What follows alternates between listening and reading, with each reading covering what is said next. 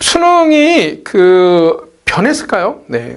사람들은 자꾸만 수능이 변했다고 얘기를 하는데, 선생님은 수능이 변했다고 생각하지 않아요. 그러니까, 킬러 문항이 이제 없어졌지만, 네, 또 다른 킬러 문항이 나오죠. 이제 선생님이 이제 올해 이번 학기에 변별력 문항이라는 네, 말을 쓰기로 했어요.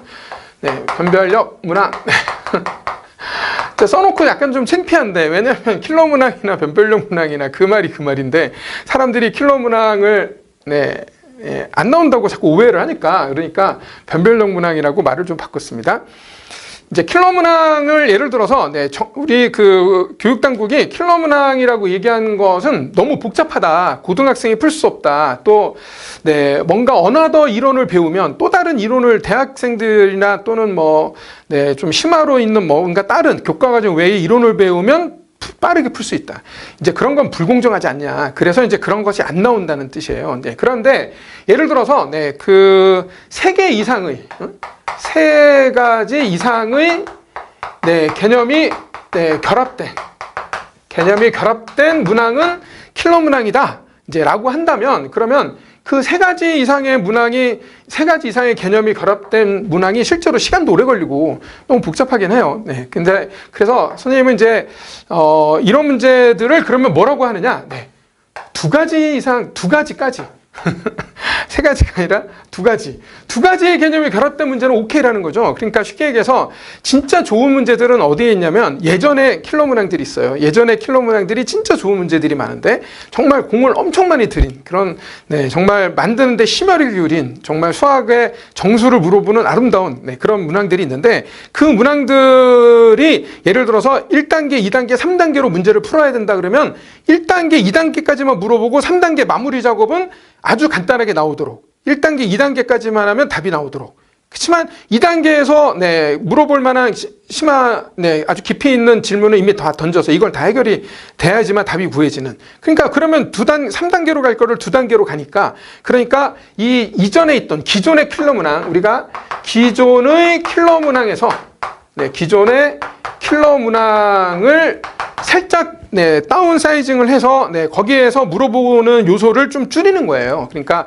A와 B를 구하라 그랬을 때 B는 안 물어보고 A만 구하라 이런 식으로 네, 킬러 문항을 다운 사이징 하시는 겁니다. 네, 이제 사이즈를 줄이는 거예요. 그렇죠? 그래서 다운 사이징을 해서 네, 그래서 문제를 내면 그러면 네, 사이즈를 줄여서 문제를 내면 그러면 킬러 문항이 아닌 거죠. 그렇다고 해서 우리가 그동안 나왔던 수없이 많은 킬러 문항, 네, 정말, 네, 몇백 개나 되는, 네, 그런 킬러 문항이 있는데, 그 킬러 문항을 다 제외하고 다른 문제들만 푼다? 그러면 당연히 여러분 이 변별력 문항 못 풀어요. 그러니까 우리가 겨울방학에 여러분이 이제 차근차근히 공부를 해 나가야 되지만, 궁극적으로는 이 변별력 문항이라고 얘기하는, 네, 킬러 문항의 주요 요소들을 다 포함하는, 네, 이때까지 나왔던 킬러 문항에서 물어보려고 했던 그런 주요 핵심 내용들, 주요 개념들, 그 깊이에 해당하는 부분들은 다 물어볼 수 있어요, 다시. 하지만 그게 여러 개가 막 결합된 것을 살짝 분해를 해서 그 요소들은 다 가져다 쓰지만, 네, 너무 복잡하게 여러 개가 개념이 결합된 문제는 빼는 거죠. 그렇죠? 그렇지만 공부는 다 하셔야 된다는 뜻이에요. 그러니까.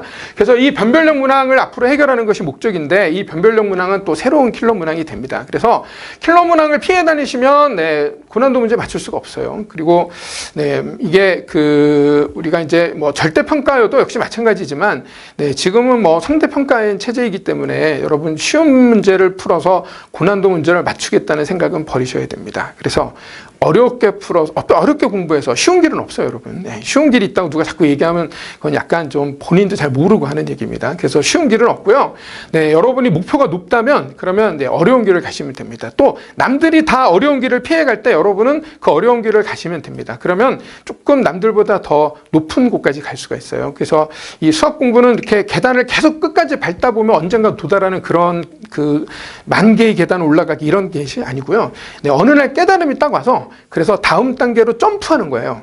그래서 이 10,000개의 계단을 올라가다 보면 누구나 올라갈 수 있다 그러면 뭐 올라가는 사람이 아주 많겠지만 실제로는 10,000개의 계단을 올라가듯이 하다 보면 나오겠지가 아니라 우리가 이제 이 점프하는 길을 찾으셔야지 되는 거예요. 그래서 그건 이제 좋은 안내자가 필요하고 충분한 에너지가 이렇게 응집이 되어야지만 그래야지만 점프를 할 수가 있는 겁니다. 그래서 평상시에 고난도 문제를 훈련하지 않으면 안 됩니다. 자, 2학년 올라가는 학생들은 그러므로 내신 때 뭘 하셔야 되냐면 수능 공부를 하시면 됩니다. 네, 그러니까 수능 문제로 내신 대비를 하시면 됩니다. 네, 수능의 고난도 문제, 수능의 고난도 문제.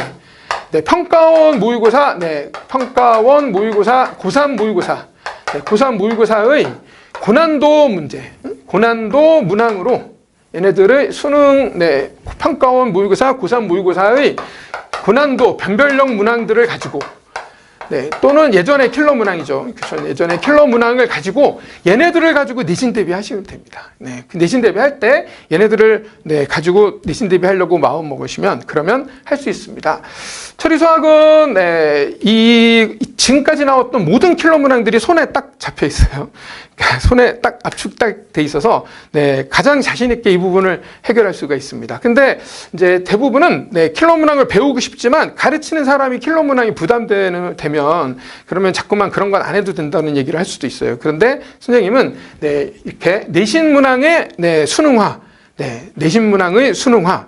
그게 이제 누가 얘기하는 거예요. 그 우리나라에서 의대 제일 많이 보내는 휘문고등학교에서 맨날 설명회 때마다 하는 얘기예요. 휘문고의 장점이 뭡니까? 그러면 뭐 내신의 수능화. 그렇게 얘기하시는 거죠. 우리도 이제 그러니까 이제 왜 우리가 정시를 포기합니까? 상위권 학교는 51%가 정시인데. 근데 이제 그렇게 그 정시를 포기하지 마시고 그 정시에 도전하시면 되는데 그 정시에 도전하는 것이 수능이 되어 있으면 수능 준비가 되면 도전할 수 있는 거 아니에요? 그렇죠? 그게 훨씬 더 높은 곳까지 갑니다. 그래서 저는 내신 대비를 할 때 예로 하셨으면 좋겠다 이런 생각이 들고요. 그리고 고3 학생들은 일단 예를 들어서 수원수투는 이미 공부가 끝난 상태니까 걔를 처음부터 다시 인간 쿼리 밟을 때 처음부터 이렇게 차근차근 밟지 마시고 문제를 통해서 문제에 나오는 깊이 있는 접근법 이런 거는 이제 선생님이 실전 모의고사 풀이반이 있는데 그 고3은 실전 모의고사 풀이반이 있어요. 실전 모의 고사 풀이반이 있고 변별력반이 있습니다. 변별력 문제반, 모의 플러스 변별력 문제만 다루는 문제가 있고요. 반이 있고 이제 금요일 날, 그 다음에 변별력 문제만 다루는 반이 공통문항 수원, 수투 변별력 문제만 다루는 반이 이제 수요일 날 있습니다. 수요일 날, 금요일 날. 그래서 이제 이렇게 하시면 수원 수투는 그냥 다시 인간 쿼리 밟지 마시고 다시 앞에서부터 차근차근히 하실 필요 전혀 없습니다. 수능에서 나오는 고난도 개념은 사실 개수가 몇 개 안 돼요. 그러니까 여러분은 이제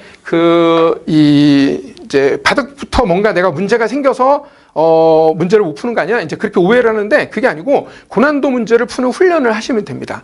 그러니까 중위권 문제를 아무리 많이 풀어도 고난도 문제 풀 수가 없어요. 중고난도 문제는 고난도 문제를 훈련해야지 고난도 문제를 풀 수 있는 거예요. 그러니까 선생님이 고난도 문제를 훈련시켜 드릴 테니까 그러니까 오시면 고난도 문제를 잘 훈련할 수가 있습니다.